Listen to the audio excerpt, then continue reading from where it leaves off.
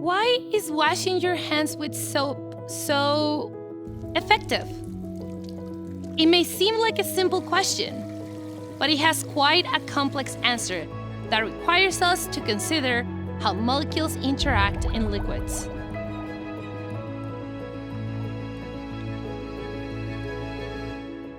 Esto es Real Chem.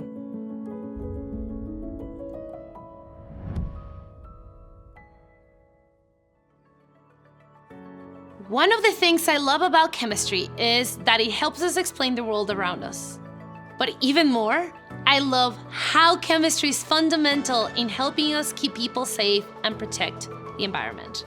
This topic is a great example. Exploremos.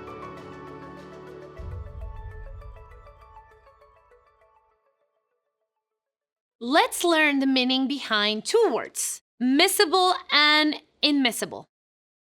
You can mix any amount of water with any amount of ethanol, and you will get a nice homogeneous mixture. This means water and ethanol are miscible.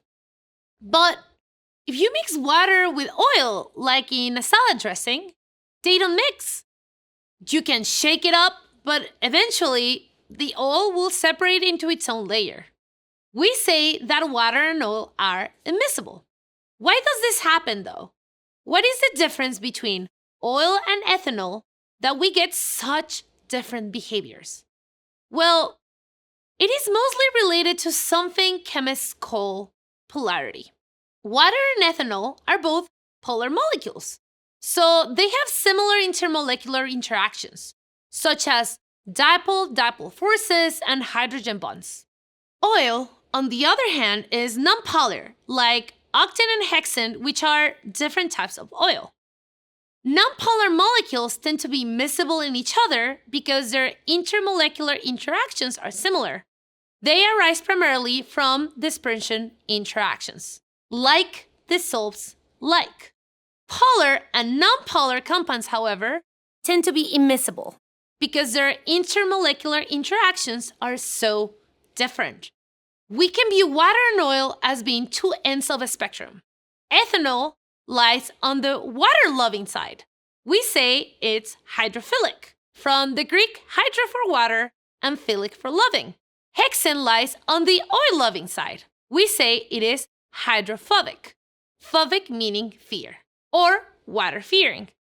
The experiment we use to locate molecules on this spectrum is pretty intuitive. We add the compound to a mixture of oil and water and measure how it partitions between these layers. If the molecule resides primarily in the water layer, it is hydrophilic. If it resides on the oil layer, it is hydrophobic.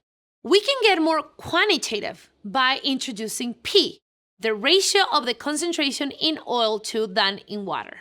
If the ratio of P is less than 1, the concentration is larger in water than in oil. And that means the molecules prefer water. It is hydrophilic. If the ratio is greater than 1, the molecule prefers oil, and it is hydrophobic. Because the ratio spans a large range, we use a mathematical trick, and we take its logarithm. If the logarithm of P is less than 0, it is hydrophilic. And if the logarithm of P is greater than 0, it is hydrophobic. For example, ethanol's log P is minus 0.18. For hexane, log P is 3.9. The Wikipedia page for many molecules includes the value of log P. This is because it tells us a lot about the molecule and its behavior. For instance, in our bodies, hydrophobic molecules such as vitamin A end up in our fat, and so stay in our bodies for a long time. We have to be careful not to take too much vitamin A. Vitamin C is hydrophilic. It stays out of our fat and is easily excreted in urine. So it is safe to take larger doses of vitamin C. The fate of molecules in the environment are also related to log P. Pollutants that are hydrophobic will tend to end up in the soil, while hydrophilic pollutants tend to end up in streams and rivers. And this is where soap comes in. Soap contains molecules with a hydrophobic head and a hydrophilic tail. These molecules surround hydrophobic molecules like oil with their tail pointing in and their head pointing out. This makes the entire unit hydrophilic, so it can be washed away with water.